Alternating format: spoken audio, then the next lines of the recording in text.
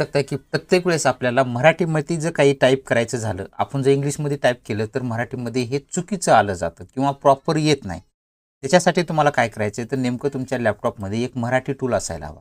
नेमका तो कोणता असावा किंवा त्याला कसं इन्स्टॉल करायचं लॅपटॉपमध्ये, त्याच्यासाठी तुम्हाला Googleमध्ये जायचं आहे आणि Googleमध्ये गेल्याच्या नंतर Google इनपुट टूल मराठी राजभाषा असं सर्च करायचं आहे. सर्च करायचं तुम्हाला.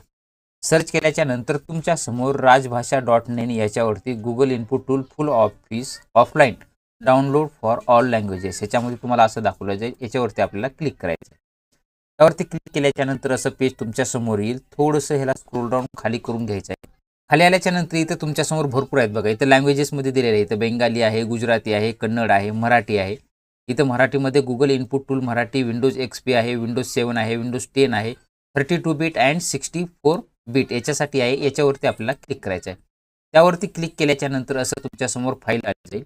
त्याच्यानंतर इथं तुम्हाला I am not a robot म्हणून याच्यावरती क्लिक करायचं आहे आणि त्यानंतर आपल्याला इथं सबमिटवरती क्लिक करायचं आहे. सबमिटवरती क्लिक केल्याच्या नंतर आपली इथं जी काही फाईल आहे इथं डाउनलोड होत आहे. फाईल डाउनलोड झाल्याच्या नंतर आपल्याला डायरेक्टली आपण डाउनलोडमध्ये जाणार आहोत. डाउनलोडमध्ये जाण्याच्या नंतर पाहू शकता की आपली जी काही इथं फाईल आहे ती आपली इथं फाईल डाउनलोडमध्ये आलेली आहे. त्याच्यावरती आपल्याला डबल क्लिक करायचं आहे.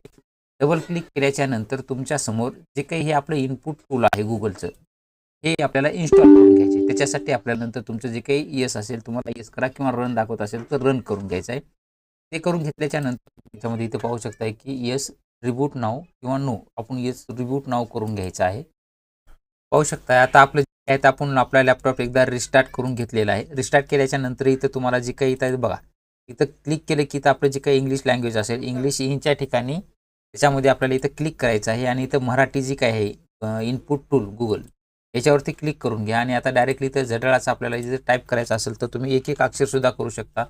सुरुवातीला ज घ्या किंवा त्यानंतर ढा घ्यायचा असेल तर ढावरती क्लिक करून घेऊ शकता किंवा ळावरती करण्यासाठी अशा पद्धतीनं ळा आलं तर हे अशा पद्धतीनं तुम्ही मराठीमध्ये टाईप करून घेऊ शकता. जर व्हिडिओ आवडत असेल तर नक्की लाईक करा. तुमच्या मित्रपरिवारांना सुद्धा शेअर करा आणि चॅनलला सबस्क्राईब करून ठेवा. असेच महत्त्वाचे व्हिडिओ आपल्या चॅनलवरती येत असतात.